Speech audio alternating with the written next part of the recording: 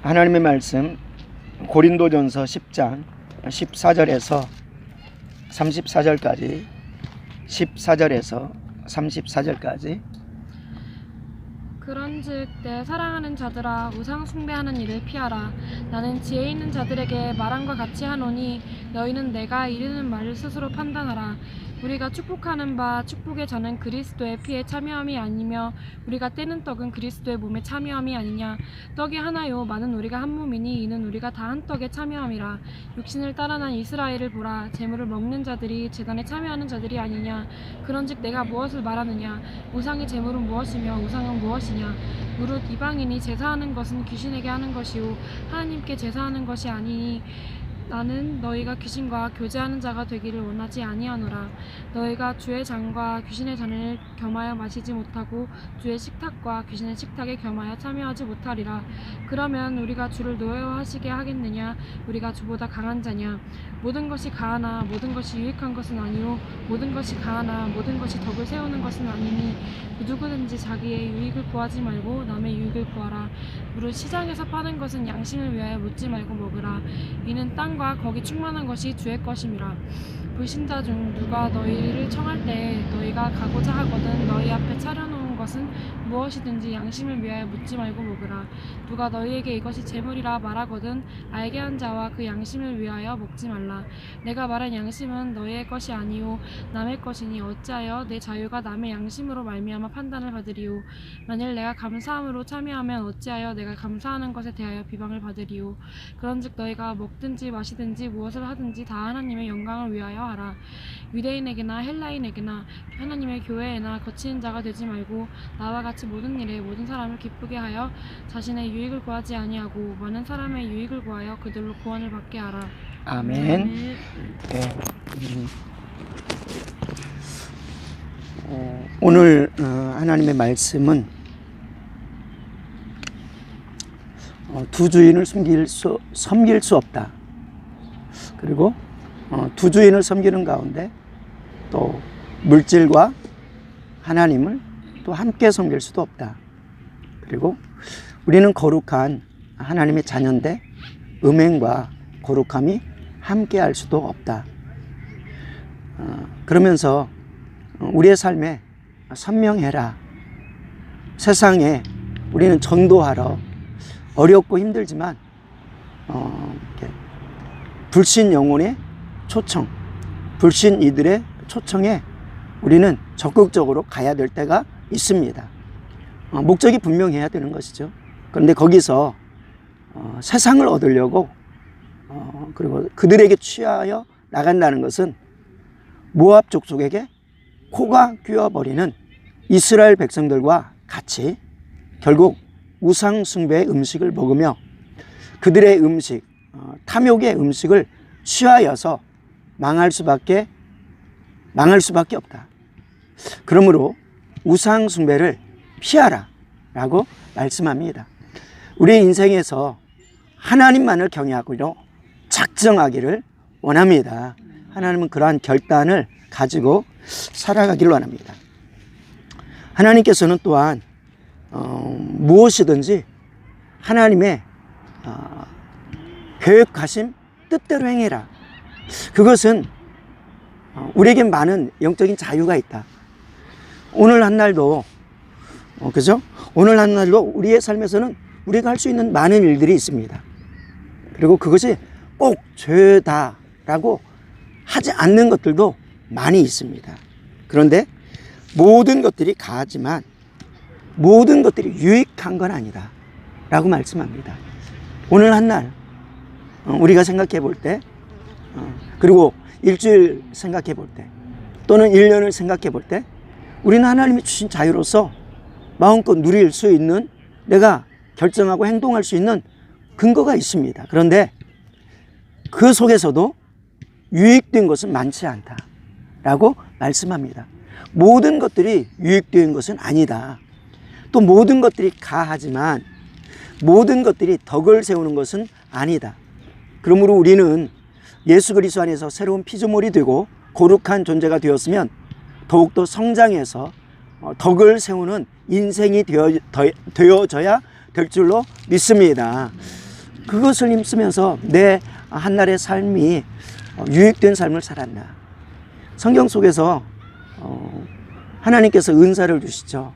그런데 그 은사는 어떻게 해야 되는 것입니까? 유익되어야 하는 것입니다.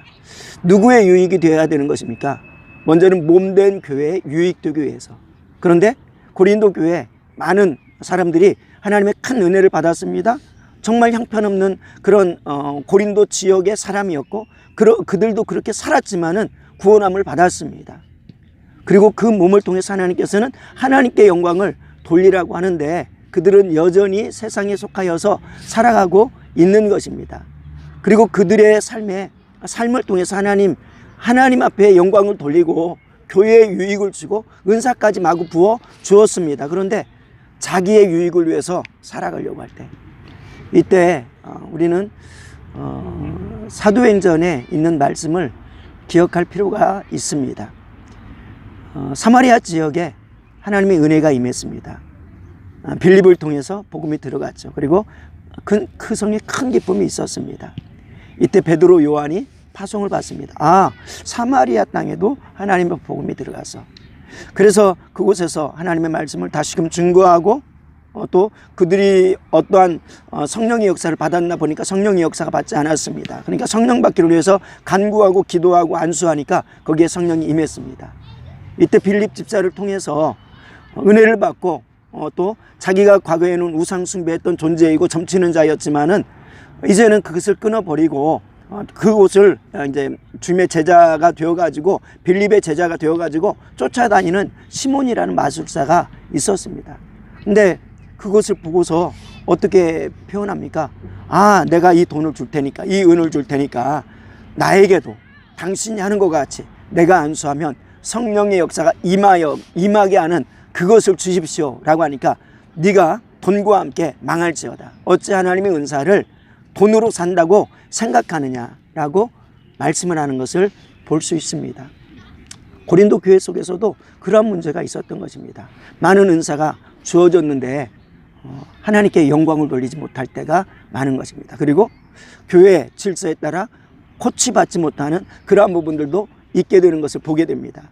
또 방언을 할 때도 방언은 정말 하나님과 교제하기 위해서 영적인 큰 힘을 가지기 위해서 주셨는데 기도하는데 사용하지 않고 자기를 자랑하는데 막 설교석상에서 방언을 막 하는 것을 보게 되는 것입니다. 그러니까 그렇게 설교석상에서 하는 방언은 하지 마라. 통역자가 없으면, 그러나 통변의 은사가 있는 사람이 있으면 하면은 그것은 예언과 같은 것이다. 그것은 우리가 이렇게 합심해서 간구하고 기도할 때 방언을 하지 말라는 게 아닙니다.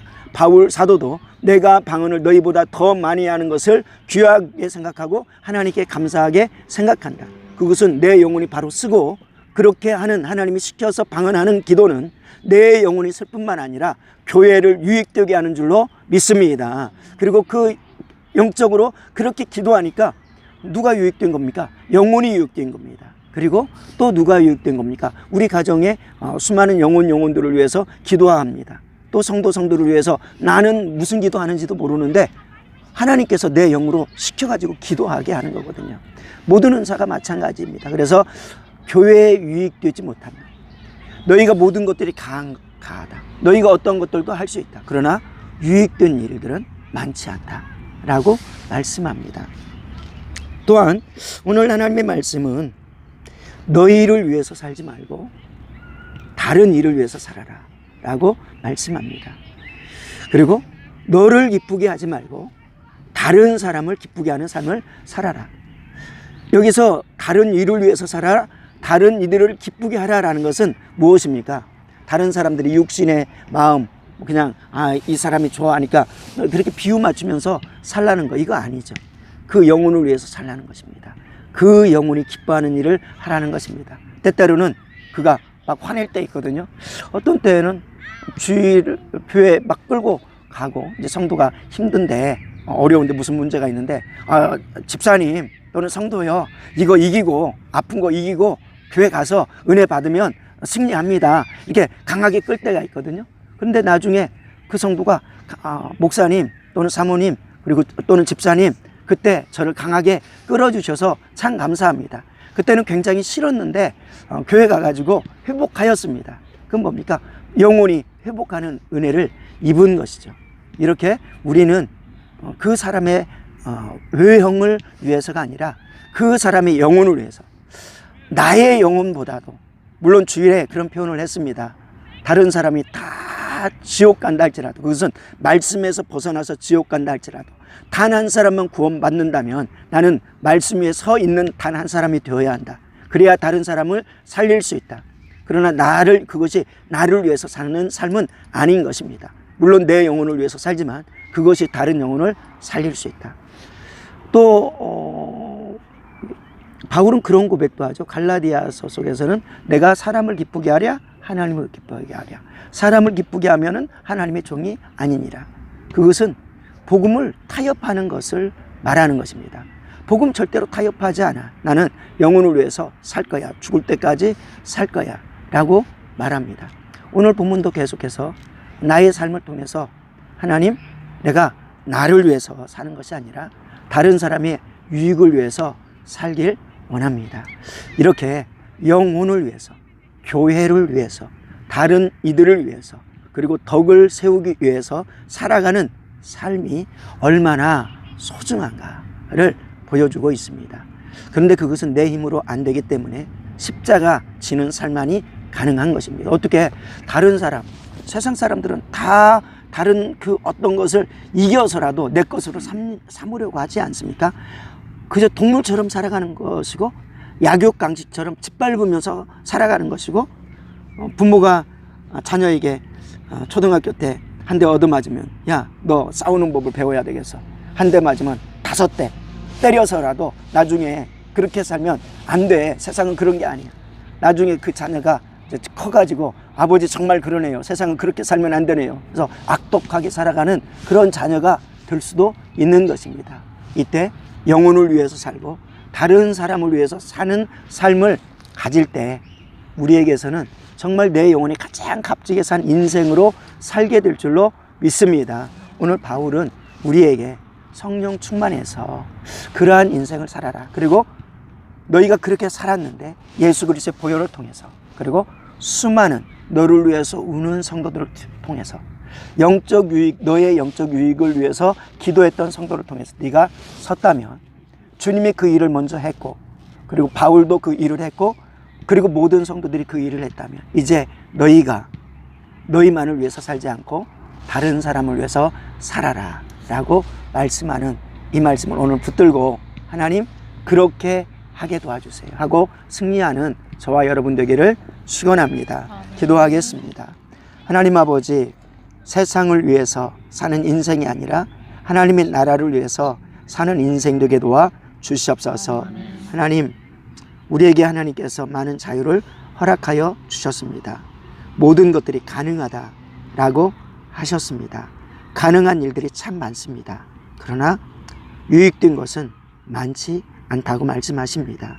하나님, 모든 것들이 또 과하지만 모든 것들이 덕을 세우는 것은 아니라고 말씀합니다.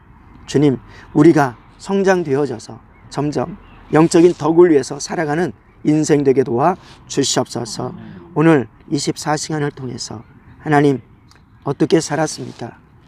유익을 위해서 살았습니까? 덕을 위해서 살았습니까? 영혼 구원을 위해서 살았습니까?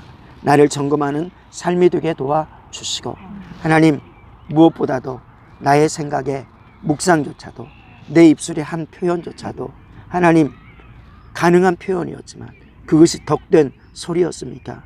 유익된 소리였습니까? 돌아보며 하나님, 유익된 소리가, 덕된 소리가 하나님이 기억할 만한 그 인생이 되어지게 도와 주시옵소서. 축복하오며 우리 주 예수님의 이름으로 기도드리옵나이다. 아멘.